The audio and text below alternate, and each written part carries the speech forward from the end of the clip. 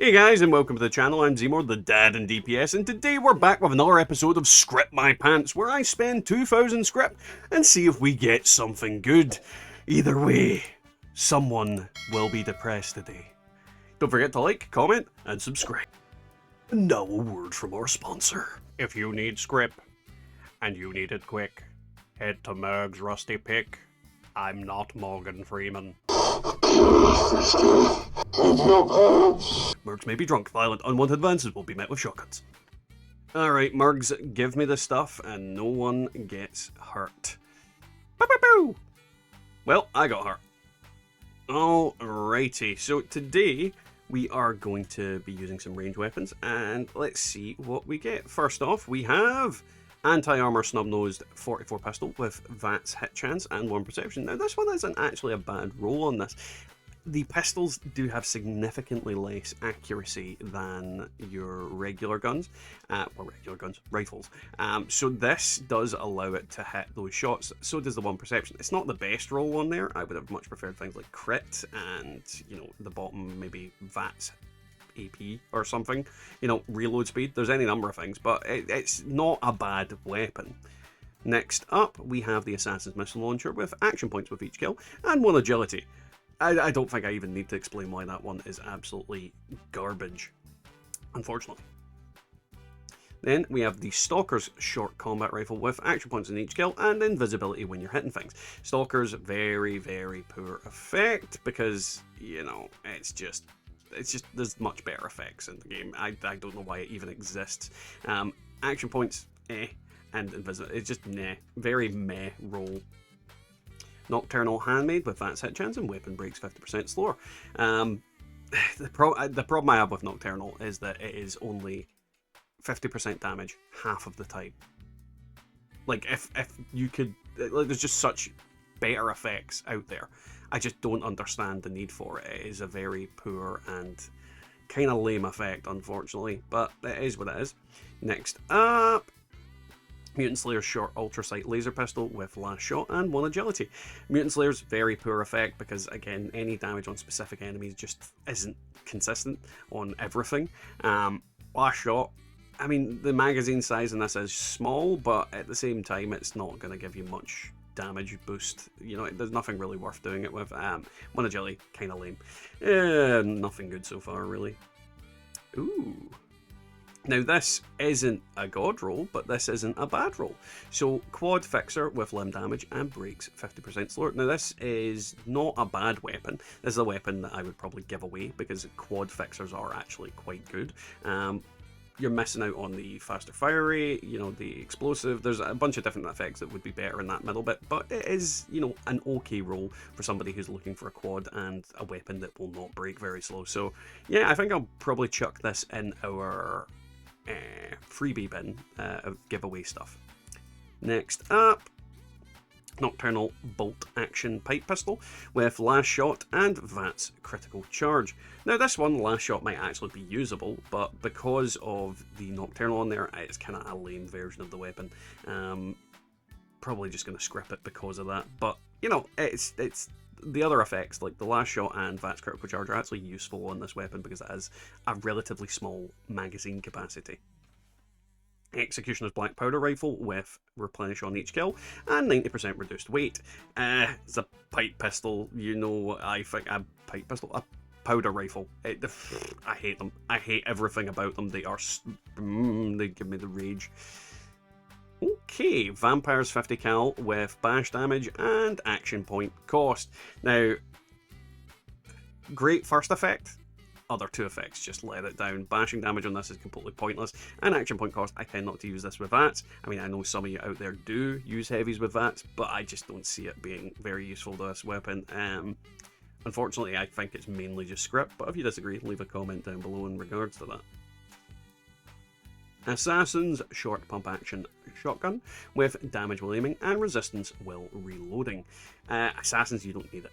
You don't need assassins on anything. Humans are the squishiest enemies in the game, except maybe ghouls and scorched, and they are technically still humans. So yeah, no, if damage while aiming, you're going to use this in VATS more often than not.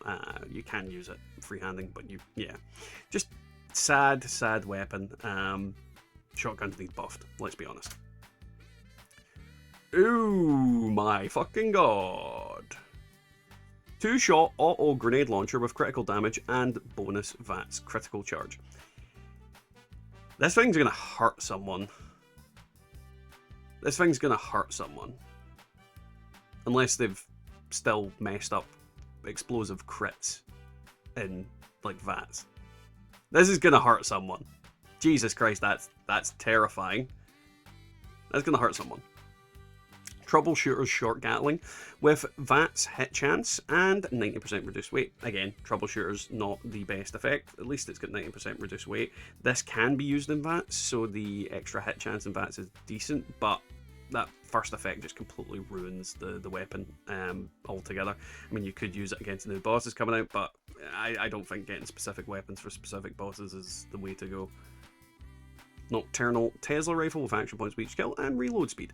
Again, Nocturnal is just a bad effect. We're getting a lot of the bad effects today. We're not seeing a lot of anti-armor bloodied, even Juggernauts is better than that. Mutants, you know, we're seeing a lot of the bad specific effects today. Replenish action points, I've already said that. This one's crap. This one's crap. You know, you could say that the middle and the last effect are good on this weapon because it does hit multiple enemies at the same time, but that first effect just completely ruins it, unfortunately. Okay, this one's actually a decent little pull. Gormon's short 10mm with critical damage and reload speed. All of these effects are very usable on this weapon. Gormon's isn't the best effect, but you can, you know, if you're using perfect bubblegum, get consistent damage out of it.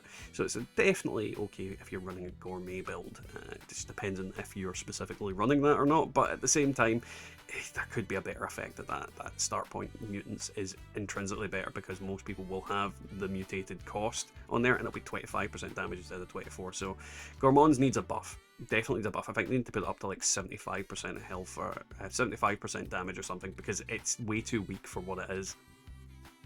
Zealot's 50 cal with bash damage and resistance while aiming. Again, everything about this is just bad. The bash damage is not great. The resistance while aiming is okay, but against Scorched, you don't really need this unless you're against the Scorched Beast Queen, and realistically, you don't need this roll on here. There's much better rolls that you could have. Berserker's short double barrel with bash damage and weapons break 50% slower. Oh, Berserker's another bad effect. I mean, don't get me wrong, Berserker's does have a lot of damage. This one can't be silenced. Yeah, just the only good thing is it breaks slower. Just bad weapon, bad effects. Ghoul Slayer's missile launcher with reload speed and weapon speed.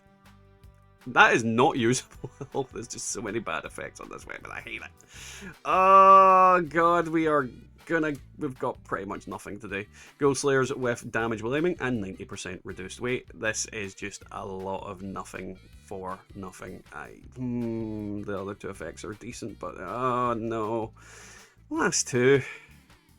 Furious Cryolator with critical damage and VATS critical charge. Of all the weapons that I could have got this on, it's just Furious as well. Like, Cryolators aren't great. Furious on a Cryolator, I mean, it does fire fast if using the freeze mode. Critical damage and both. And our last weapon of today, Mutant's Gauss Rifle with limb damage and 1 agility. Dear Lord, I have no idea what our top picks today are. Now, I think for our first pick, I'm going to have to go with the quad limb damage weapon breaks slower fixer. This isn't a bad weapon at all. It's in no way, shape, or form a god roll, but it is, you know, not a bad weapon. Limb damage on this type of weapon is actually usable, but at the same time, it's a fixer and it's got quad on it. It's going to do crazy damage no matter what you do. You could use a 1-star quad fixer and you will be able to kill quite a lot of enemies in the game. It's not perfect, but it's usable.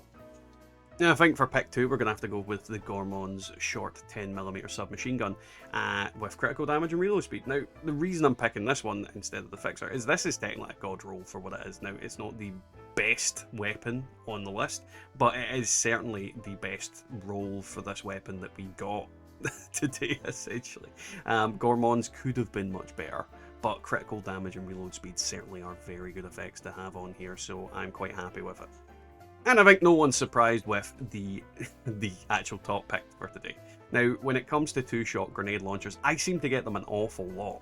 And on top of that, I seem to get what could be argued to be certain types of god rolls on them. This one has the critical damage and the bonus crit charge, which means it's going to crit more often. And the thing is, when this thing hits things, it hurts.